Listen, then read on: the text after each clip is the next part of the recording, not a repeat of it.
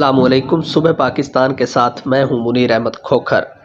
جماعت اسلامی پاکستان اور شیعہ علماء کونسل کی اپیل پر غزہ میں مسلمانوں کی نسل کشی کے خلاف گزشتہ روز احتجاجی مظاہرے کیے گئے۔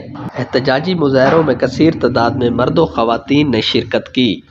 امیر جماعت اسلامی ضلع لیہ مبشر نعیم چودھری، پروفیسر ڈاکٹر ظفر عالم ظفری، انجم صحرائی، چودھری عاصم اقبال گجر، رضوان احمد خان، مفتی ذکاء اللہ اولک سمیت دیگر نے اپنے اپنے خطابات میں اسرائیلی جارحیت کی پرزور الفاظ میں مذمت کی اور کہا کہ عالم اسلام کی بے حسی اور نہتے فلسطینیوں پر ہونے والے مظالم سے مسلمان سربراہان کا آنکھیں پھیرنا مسلمانوں کے دکھ اور درد میں مزید اضافے کا سبب بن رہا ہے۔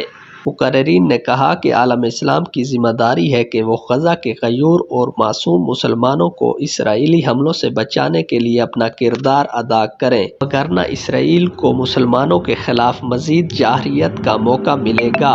اس موقع پر ناظمہ جماعت اسلامی ضلع لیہ زرتاشہ ندیم نے قرآن و حدیث کی روشنی میں اپنے خطاب میں کہا کہ کمزور مسلمانوں کو قوت کے زور پر بلڈوز کرنے والے ظالم حکمران اور ان کی خاموشی قرآن مجید کے احکامات کی خلاف ورزی ہے، جس کی سزا بھگتنا ہوگی۔ اس موقع پر اسرائیلی جارحیت کے خلاف زبردست نعرے بازی کی گئی اور ریلی کا اختتام فلسطین کی آزادی کے لیے دعا سے کیا گیا۔ دوسری جانب قائد ملت جعفریہ پاکستان علامہ سید ساجد علی نقوی کے حکم پر شیعہ علماء کونسل ضلع لیہ کی جانب سے بعد از نماز جمعہ یوم القدس احتجاجی ریلی نکالی گئی، جس میں ہزاروں کی تعداد میں مرد و خواتین نے شرکت کی۔